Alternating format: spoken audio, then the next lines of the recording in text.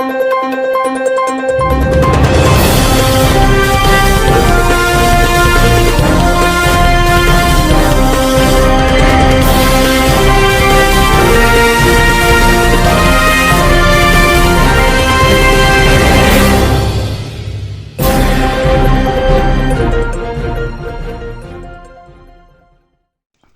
శ్రీ మీడియాకు స్వాగతం. ప్రతిక్షణం సామాన్యుని పక్షం. నేటి వార్తా విశేషాలు.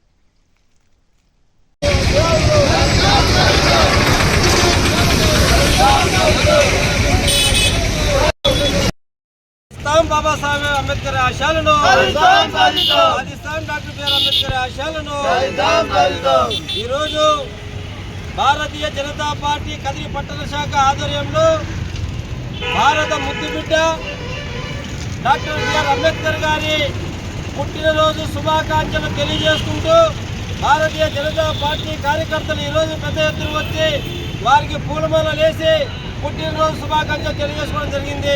సోదరులారా, భారతదేశంలో ముందుగా గుర్తొచ్చేది అందరూ సుఖ సంతోషాలతో ఉండాలంటే, వ్యవస్థలు కరెక్ట్గా నడుస్తున్నాయంటే డాక్టర్ బిఆర్ అంబేద్కర్ గారు రాజ్యాంగం రాశారు. కాబట్టి అందరూ కూడా ఈరోజు సుఖ సంతోషాలతో భారతదేశంలో జీవిస్తున్నాం. మనం చూస్తూ ఉన్నాం, ఈ యొక్క దేశంలో అంటరానితనం ఎంతో ఉండేది, వాటిని పారదోలారు. వారు ఒక్కటే చెప్పారు, భారతదేశంలో యావత్ ప్రజానీకం, అదేవిధంగా దళితులు, చిన్న జాతికి సంబంధించిన వాళ్ళు, బీసీలు అందరూ కూడా చదువుకోవాలి, చదువుతోనే మనం ముందుకెళ్తాం, ఈ యొక్క అంటరానితనాన్ని పారదోలుతామని చెప్పినటువంటి వ్యక్తి డాక్టర్ బిఆర్ అంబేద్కర్ గారు. వారు ఎన్నో కష్టాలు, ముడిదడుగులు ఎదుర్కొని వాళ్ళు ఎన్నో అవమానాలు పడి ఆయన కష్టాన్ని ఈరోజు ఈ భారతదేశంలో ప్రజలందరూ కూడా అనుభవిస్తూ ఉన్నాం. ఆయన పెట్టేటువంటి భిక్ష ఈరోజు సుఖ సంతోషాలతో బతుకుతూ ఉన్నాం.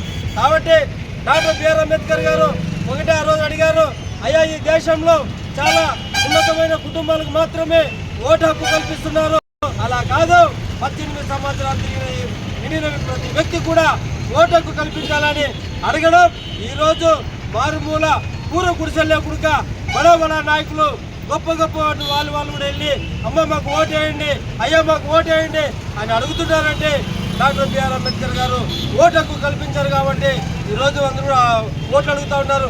కాబట్టి భారతదేశంలో అందరూ సుఖంతో ఉండాలి, అందరూ సుఖ సంతోషాలతో ఉండాలని కోరుకున్నటువంటి వ్యక్తి డాక్టర్ బిఆర్ అంబేద్కర్.